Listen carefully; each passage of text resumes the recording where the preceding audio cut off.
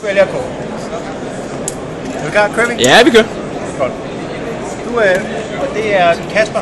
Kasper, du peger bare på et eller andet. Det er lige meget hvad for lidt. Det skal så helst ikke være det samme som Sten, jeg har taget. Bare tage det andet. Kig på det, husk det. Ja.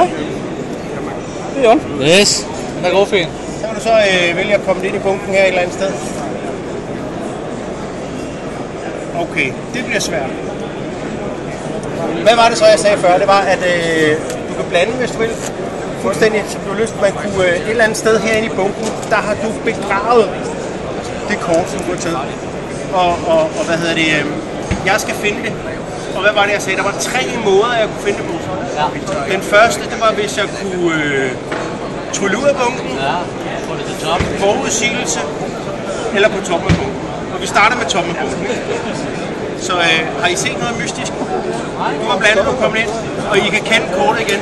Det er på kameraet. Det er det, der er så svært. Og så her, så skal jeg vende. Hvad er det for et kort, jeg skal vende? Kan du huske det? Nå, jamen, ellers skal vi spole tilbage på filmen, hvis det er. Så hjerter 10, det er så hjerter 10. Det er den 2 hjerter 10. Ja, det skal vi ordne. Den er jo. Okay, så nu skal jeg jo ikke bruge hjerter 10 mere. Så nu tager vi hjerter 10, og den kommer vi ind midt i bunken her. Sådan så, at det bliver sværere for mig, når det nu er, at jeg skal trylle ud af bunken. Så kommer forudsigelsen. Forudsigelsen, det kan være, hvis vi tager æsken her. Kasper, nu skal du tage forudsigelsen. Denne her gang, der skal den være i, hvis du kigger i kortæsken, der skal være. Er den der ikke? Det er fordi, du skal tænke ud af så skal du vise kameraet, hvor der ellers er det ikke rigtig sjovt.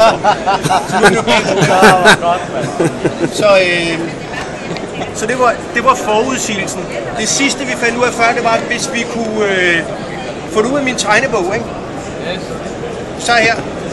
Min tegnebog åbner her, ned her, åbner, og så hernede i, så ligger der det, var det der kort, du tog der, så kommer op i min tegnebog der. I skal ikke være ked af det her grab. Jeg glemte fuldstændig at klappe første gang, jeg så det her nummer, det sagde bare, jeg kunne slet ikke forstå, hvordan det kunne lade sig gøre. Ja, det skulle i orden.